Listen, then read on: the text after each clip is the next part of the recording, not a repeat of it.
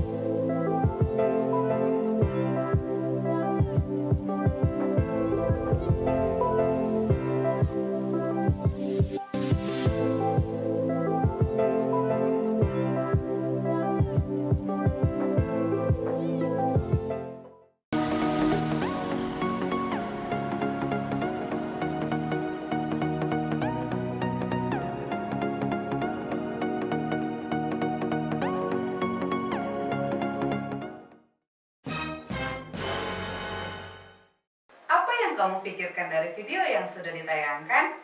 Sebelum mempelajari lebih lanjut, kami akan menyampaikan tujuan pembelajaran. Yang pertama, peserta didik mampu menjelaskan pandangan hidup bangsa dengan mengamalkan nilai tulus. Yang kedua, peserta didik mampu mendukung nilai-nilai Pancasila dengan mengamalkan nilai tulus. Yang ketiga, peserta didik mampu membangun kesadaran terhadap Pancasila dan Undang-Undang Dasar tahun 1945.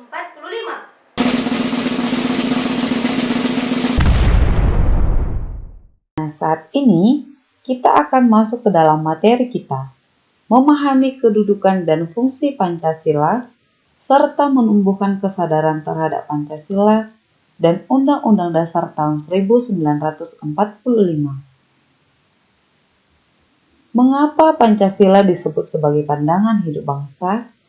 Nah, di sini kita akan belajar tentang Pancasila sebagai pandangan hidup bangsa. Yang pertama, kita harus mengetahui dulu pengertian pandangan hidup bangsa, yaitu hal-hal yang dijadikan sebagai pedoman atau pegangan saat bertindak dalam kehidupan sehari-hari.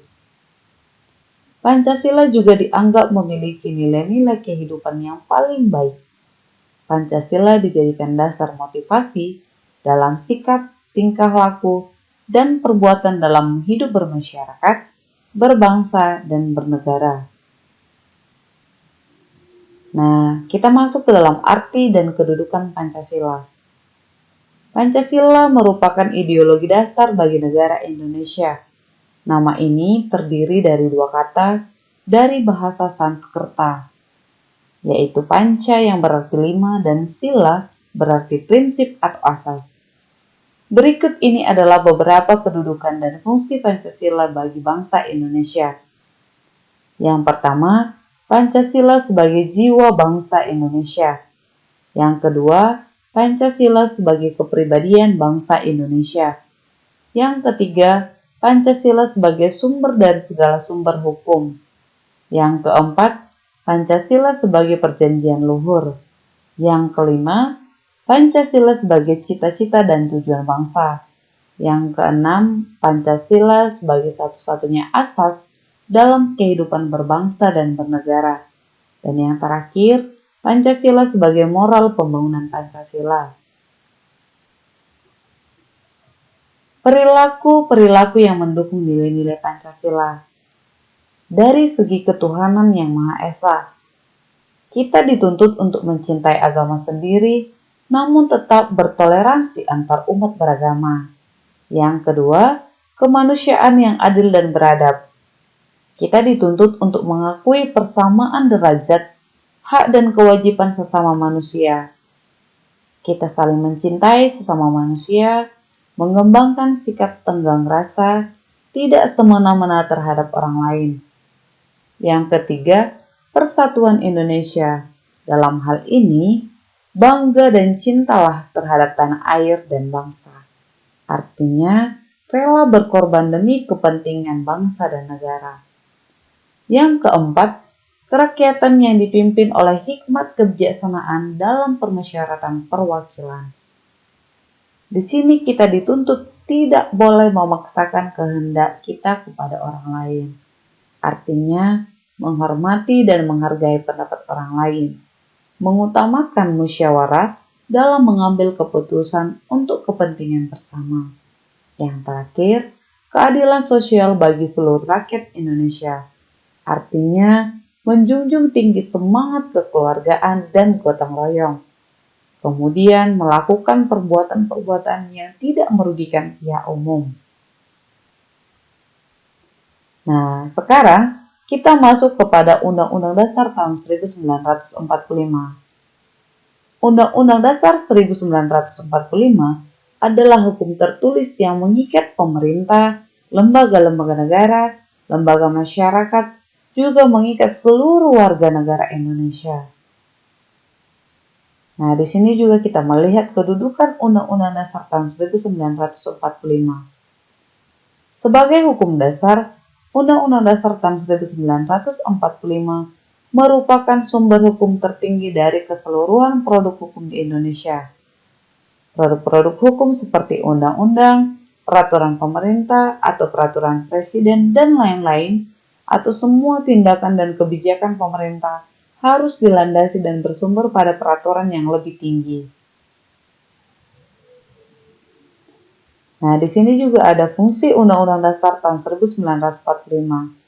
Sebagai hukum dasar, Undang-Undang Dasar tahun 1945 berisi norma-norma dan aturan-aturan yang harus ditaati dan dilaksanakan oleh semua komponen. Undang-Undang Dasar bukanlah hukum biasa, melainkan hukum dasar, yaitu hukum dasar yang tertulis. Dengan demikian, semua produk hukum seperti undang-undang, peraturan pemerintah, peraturan presiden, atau semua tindakan dan kebijakan pemerintah haruslah berlandaskan dengan Undang-Undang Dasar tahun 1945. Dan muaranya adalah Pancasila sebagai sumber dari segala sumber hukum negara. Nah, di sini perilaku yang mendukung Undang-Undang Dasar tahun 1945 yang bisa kita teladani.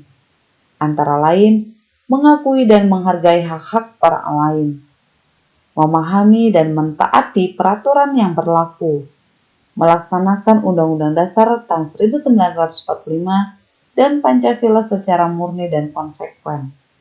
Kemudian, mendukung kerjasama dan pembangunan wilayah setempat. Dan yang terakhir, menyadari manfaat Undang-Undang Dasar tahun 1945 dalam kehidupan kita sehari-hari. Nah, demikian materi kita untuk kali ini. Sekian dan terima kasih. Demikianlah materi kita kali ini. Kami berharap dengan mempelajari materi ini, kita dapat menumbuhkan kesadaran terhadap Pancasila dan Undang-Undang Dasar tahun 1945 di Negara Kesatuan Republik Indonesia. Sekian dan terima kasih. Bye!